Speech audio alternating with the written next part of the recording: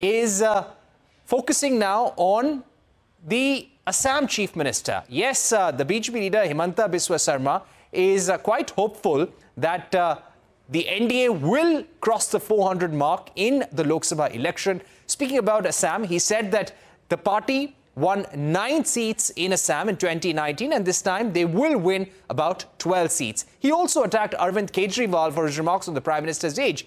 Kejriwal had questioned if Modi will stay on as Prime Minister beyond the age of 75, claiming that BJP leaders had been forced to retire after crossing that age. The Assam CM asserted that Narendra Modi will remain Prime Minister as long as his health permits. He also spoke about the semiconductor packaging plant that is set to come up in the state of Assam.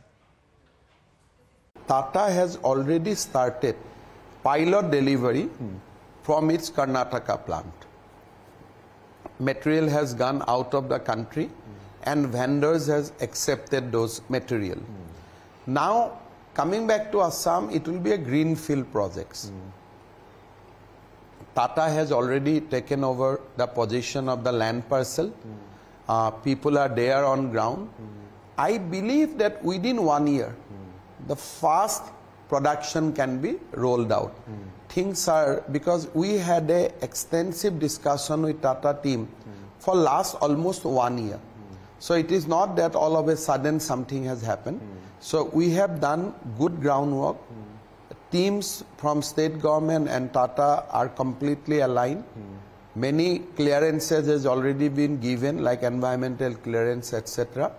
So I think it will be completed as per the target. All right. So you're saying maybe the production will most likely begin within a year period. What about the other major investments that you're seeking? Which are the major industries, companies that you're in touch with right now? You see, mostly investment is happening around the, basically people are investing where you see some mines are there, some raw materials are there. In Assam, we are strong on petroleum. People are already there. Investment is already coming, like expansion of our existing refineries. That is ongoing. We are looking on future technologies. Now, semiconductor is one. Within a few months from immediately after the Lok Sabha election, we are going to release our incentive or going to release our policy on defense-based industry. So I am in touch with many of the players who are producing Atmanirbhar defense equipments. So that is one area where we will be rooting strongly. Again, semiconductor is one part, but there are many other areas like assembly of mobile telephone, etc. Those are also there.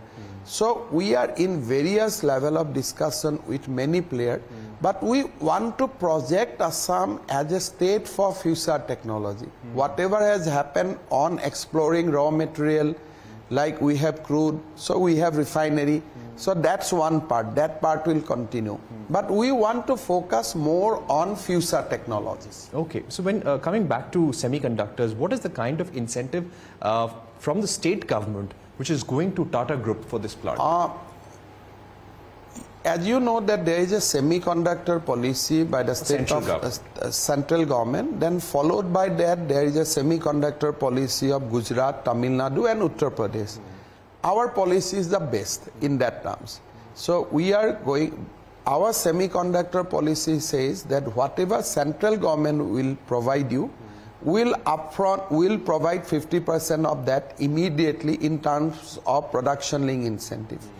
And also we have given land and all other facilities. So Assam was very, very aggressive, and at least we want to remain aggressive for a few more years, so that we end up setting up a good industrial ecosystem in Assam. Right. So land and concessional rates and strong incentives. Yes, that is there, and our policy is better than the policy announced by government of Tamil Nadu, government of Uttar Pradesh and government of Gujarat. Right. Now, coming to the defense policy that you're talking about, what's going to be the outlay that you have in mind? I mean, as of now, we are in a very primary stages of discussion.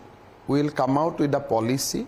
because you see that government of Uttar Pradesh has policy, government of Andhra Pradesh has policy, government of Telangana has policy specifically on defense. So we are analyzing those policies and we will come out with a better variation. And we will try to roll out a red carpet for them. But again, you have to see that Assam has a particular background. We have come out of insurgency. So people will be slow in responding, but I am sure that we will be able to convince them.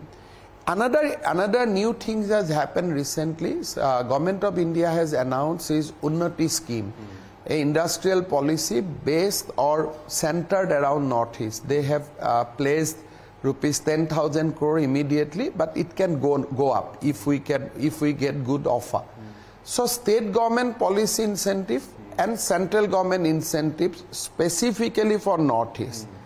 Then central government policy for thematic area.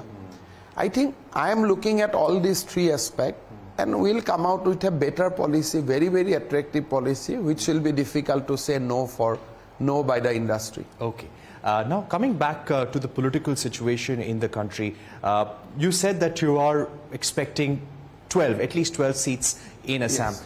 Now, speaking about the national picture, the release of Arvind Kejriwal on interim bail for a short period of time, does this come as a setback to the opposition? He has said that we need to save the country from the dictatorship. He has also taken a jibe at the BJP saying there is a 75-year rule. Will the Prime Minister Narendra Modi continue as PM after 2025?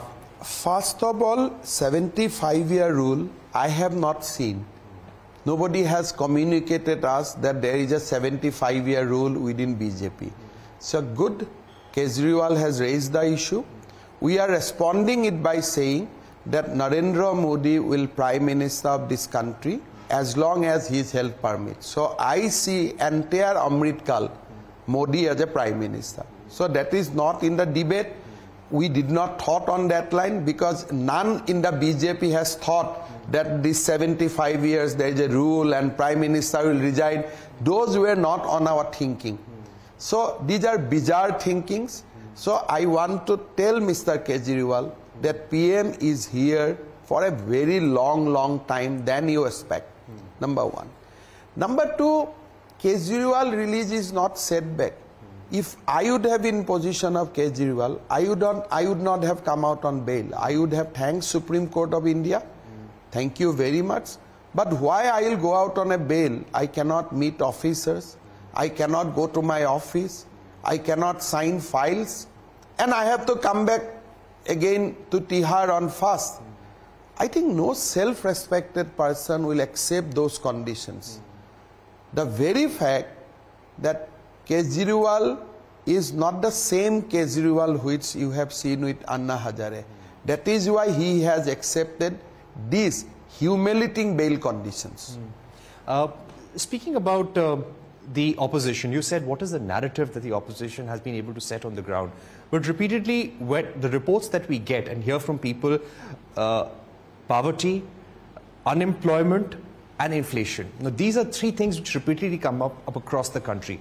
Would you admit that if elected, the BJP governments have to focus on these three issues in a big way? What PM has done in last 10 years, except focusing on that? Today, in state like Assam, people has come out from the poverty circle. You have recently seen Niti Aayog report that how people has come out from active poverty cycle. Now inflation is all-time low. In a competitive world environment, India's economy is performing much better. So Congress is saying, look, he is not addressing poverty. But actually, if there would have been debate, there would have been narrative they would have created, then people would have said that, look, statistics is speaking something others. Because people are not giving importance to all these their species, so we are not responding. But whenever it needs to be responded, we have strong data. We have strong report from on ground. So when, under which Prime Minister, so many people has come out of the poverty cycle, where in this phases, at least last 30-40 years, direct tax collection has gone up to 17%, 18%, 19%. Today, as State Chief Minister, I know that our devolution grant is increasing every year by 10 to 20%. This time we got devolution grant more than the budget estimate by 16%. GST collection has gone above 2 lakh marks. So what does symbolize? Doesn't it symbolize a strong economy? And strong economy for whom? This strong economy, when GST collection goes up, that it is not corporate tax. It is a tax by the people. That means the consumption capacity has increased because GST rates has not increased. GST rates are stable. But still, you are increasing your collection. Means what? Buoyancy in economy? So, Congress party is not discussing this in a very, very organic way. They will raise this issue here. In the next meeting, they will go to the caste census. In this meeting, they will raise caste census. In the next meeting, they will go to the inheritance tax. In the next meeting, they will go to personal law. So, where is that coherent aggression from opposition? We want to debate on economy. We want to debate on poverty. We want to debate on development because this is our forte. But what issue you are raising? Pakistan has a atom bomb. What issue you are raising? I will do an X-ray of resources. So these you call narrative? That I will do a caste census followed by I will X-ray on your resource. Is that narrative you think? All right, so that was Himanta Biswa Sarma speaking to CNBC-TV18. He also said that if elected, he would want the Prime Minister to focus on the PM Surya Ghar scheme, also on regional disparities, and he feels that the Prime Minister's large focus, if elected, would be on the 2047 goals of the government. On that note, we take a short break, but coming up on the other side, Mumbai goes to polls on the 20th of May as part of the 5th phase of Lok Sabha elections. A special conversation with Arvind Sawant, candidate from Mumbai South of the Shiv Sena Uddhav Thackeray faction, when we return.